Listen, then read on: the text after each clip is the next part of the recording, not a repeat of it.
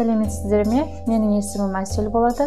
Жасым 32-де, жолдасымның жасы 34-де. Бір баламыз бар, есімі Ансар. 2 жас 4 айлық бала. Біз Шымкент қаласында тұрамыз. Негізі Ордабасы ауданы Темірлан ауылынан боламыз.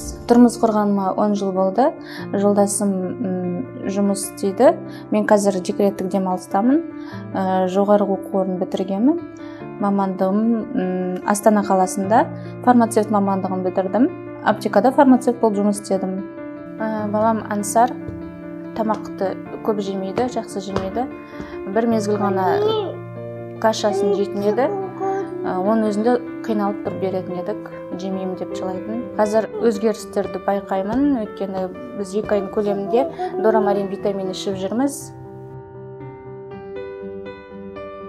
Қазір тамағын жейді, қосымша тамақтар сұрайды. Одан кейін салмақ қосты. Салмағымыз 10 килограмм еді.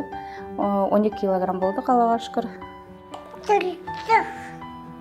Дорамарин жайында көптеген жақсы пікірлер естідім, оқыдым. Дорамарин орталығына хабарласып, қыздармен сөйлестім. Олар маған толық ақпарат берді. Одан кейін мен жолдасым екеуміз ақылдаса келе соны тапсырыс беруге шештік. Ол кісілер өздері жедел түрде тапсырыс қабылдап бізге әкеп берді.